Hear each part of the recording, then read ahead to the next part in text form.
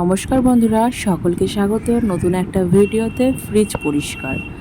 Fridge পরিষ্কার করতে হলে কিছু জিনিস মাথায় রাখতে হবে, আর কিভাবে পরিষ্কার করবে সেগুলো তোমাদের সকলের সাথে শেয়ার করব বলেই আজকের এই ভিডিওটাতে বলার আগে আমি সব থেকে বলবো, ফ্রিজ পরিষ্কার করতে হলে ফ্রিজের যে জ্যাক আছে, কারেন্ট কানেকশান, সেটা কিন্তু অফ করে নিতে হবে। অফ করে নেওয়ার পরে দ্বিতীয় কাজ হলো, ফ্রিজের যত রকমের জিনিসপত্র রয়েছে এক এক করে বের করে নিতে হবে। তারপরে সেই যে র্যাকগুলো থাকে ফ্রিজে, যে কন্টেনারগুলো, র্যাকগুলো যেটাই বলো, সেই র্যাকগুলো আস্তে আস্তে বের করে নিয়ে ওটা আলাদা করে ধুলে সব থেকে বেটার হবে, আর কাজটা অনেক সহজ হয়ে যাবে। বের করে নিয়ে তোমরা নর্মাল কোনো প্রিল জাতীয় বা জেল জাতীয় বা শ্যাম্পু জাতীয় জিনিস দিয়ে কিন্তু ওয়াশ করে নিতে পারো। আমি ওয়াশ করে নিয়ে দেখতেই পাচ্ছ বাইরে রেখে দিয়েছি, মানে শুকোতে। তো এটা আমার কমপ্লিট হয়ে গেল কাজটা। ওদিকে আমি কি করব, যে খাবার সোডা রয়েছে, খাবার সোডা দিয়েই আজকের মেন যে ফ্রিজটা আমি পরিষ্কার করব। তার জন্য নিয়েছি বড় 1 চামচ খাবার সোডা, সাথে নিয়েছি কিছুটা পরিমাণ জল, আর একটু জলটা গরম করে নিয়েছি। তোমরা কিন্তু এর মধ্যে লেবুর রস ইউজ করতে পারো বা ভিনিগার ইউজ করতে পারো। তো আমার কাছে ভিনিগার আর লেবু কোনোটাই অ্যাভেলেবেল নেই, তো কোনো প্রবলেম নেই। তোমরা কিন্তু নর্মাল জলের মধ্যেও খাবার সোডা ইউজ করতে পারো। তো একটু জলটা গরম করে নিলে বেটার হয়। তো আমি একটু গরম করে নিচ্ছি জলটা। নেওয়ার পরে এর মধ্যে একটা কাপড় নেব, কাপড় দিয়ে আমি ফ্রিজটা পরিষ্কার করব। তোমরা কিন্তু এটাও করতে পারো, খাবার সোডাটা ফ্রিজের মধ্যে দিয়ে কিছুক্ষণ রেখে দিতে পারো, কন্টেনারগুলো বের করেও রেখে দিতে পারো, তারপরে জিনিসটা পরিষ্কার করতে পারো। তা আমি কি করছি সেটা তোমরা দেখতেই পাচ্ছ। আমি একটা কাপড়ের সাহায্যে যে খাবার সোডা ভিজিয়ে রেখেছিলাম, মানে গরম জলে দিয়েছি, সেটা দিয়েই আমি সব জায়গায় র্যাকগুলো ঘষে নেব, মানে একটু ঘষে ঘষে তুলে নেব। তো আমার ফ্রিজটা কিন্তু আমি সবসময় এরমভাবেই পরিষ্কার করি। অনেক সময় দেখবে কারেন্ট চলে যায়, তারপরে বা ফ্রিজটা বন্ধ রয়েছে, পরে তোমরা খুললে দেখবে একটা ভাবসানি গন্ধ বেরোয়, খুব গন্ধ বেরোয়, যাতে মানে আস্তে আস্তেও গন্ধ বেরোয়। সেটা দূর করতে হলে তোমাদের কিন্তু ফ্রিজের মধ্যে লেবু রাখতে হবে। লেবু একটা, যে কোনো পাতিলেবু হোক বা গন্ধরাজ লেবু হোক, যাই হোক, একটা লেবুকে কাটিং করে, ডবল ডোরের ফ্রিজ হলে তো তোমরা উপরে একটা পিস দেবে আর নিচে আর একটা পিস দেবে, দিয়ে রেখে দিতে পারো। তাতে কি গন্ধ হলে গন্ধটা সম্পূর্ণ লেবুতে টেনে নেবে। তো আমার ভিডিওটা প্রায় আধা ঘন্টা হয়ে গিয়েছিল, কিন্তু সেটাকে আমি স্পিড বাড়িয়ে দিয়েছি। দেখে বুঝতেই পারছো, তোমাদের সুবিধার জন্য পুরো ভিডিওটা আমি কোনো রকম এদিক ওদিক না করে স্পিড বাড়িয়ে দিয়ে পুরো ভিডিওটাতে দেখিয়েছি। র্যাকগুলো খুলে নিলে আমাদের কাজটা অনেকটাই ইজি হয়ে যায়। তো আমিও তার জন্য ইজি করার জন্যই র্যাকগুলো বের করে নিয়েছি। বের করে নিয়ে আমি তারপরেই ফ্রিজটা পরিষ্কার করছি। আর একটা কথা বারবার বলে দিয়েছি, তোমরা কিন্তু ফ্রিজ পরিষ্কার করার আগে বিদ্যুৎ যে কানেকশান, সেই কানেকশানটা কিন্তু অবশ্যই অফ করে নেবে, এটা ভুলে যেও না।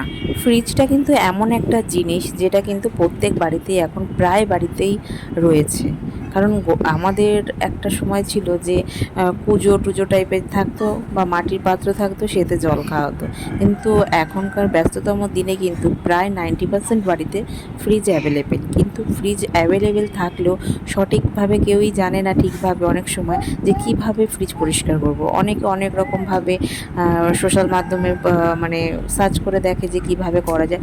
এরকম ভিডিও কিন্তু প্রচুর পাওয়া যাবে, কিন্তু সঠিক নিয়মে কিন্তু ফ্রিজ যে পরিষ্কার করা যে কেমন করে করবে সেটা কিন্তু খুব কম লোকই সাজেশন মানে দেয়, মানে ভিডিওর মাধ্যমে। তো আমি আমার মতন, আমি কিন্তু কোনো রকম ফেক ভিডিও করছি না।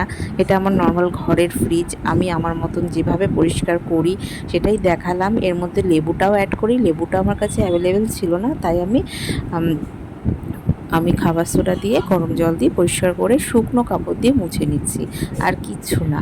এটাতেই ফ্রিজ ঝা চকচকে হবে। আর ফ্রিজে আমি লেবু ইউজ করি, মানে জিনিসপত্র যখন আমি এই মুছে টুচে র্যাকগুলো ঢুকিয়ে দেবো, আবার সেট করে রাখবো। সেট করার পরে আমি লেবু কেটে, একটা লেবু কেটে একটা ডিপের মধ্যে রেখে দেবো, একটা নিচের তাকে রেখে দেবো। তাতে করে হয় কি, ফ্রিজে যে দুর্গন্ধ ভাবটা সেটা কিন্তু একদমই হয় না। বা ফ্রিজে ধরো কারেন্ট চলে গেল, কারেন্ট চলে যাওয়ার পরে আবার যখন কারেন্ট আসলো তখনও গন্ধ বেরোয় না কোনো রকম। যারা দেখবে অনেকেই ফ্রিজে এরকম ধরো কারেন্ট নেই বা কিছু, বা ফ্রিজ অনেকক্ষণ বন্ধ রয়েছে, খুললে কীরকম একটা মানে বাজে গন্ধ বেরোয়, খুব বাজে। তো সেটা আমার ফ্রিজে একদমই হয় না। তো আমি আমার মতনভাবে করে নিচ্ছি। আর ফ্রিজের গাটা মানে বাইরের পোর্শনটা আমি ভেজা কাপড়ের ওপর একটু শ্যাম্পু নিয়ে ভালো করে ঘষে নিয়ে আবার শুকনো কাপড় দিয়ে মুছে নিই। আমি আমার যে জিনিসগুলো ফলো করি, আর ফলো করে আমি যেভাবে ভালো রেজাল্ট পেয়েছি সেইটাই তোমাদের সকলের সাথে শেয়ার করছি, আর কিচ্ছু না। আর আমার বরমশাই দেখতেই পাচ্ছ র্যাকগুলো সেটিং করতে খুবভাবে সাহায্য করেছে। তো আমি ক্যামেরা করছিলাম, আমার বরমশাই সেটিং করছিল, তো ওটাই আমি ভিডিও শ্যুট করেছি।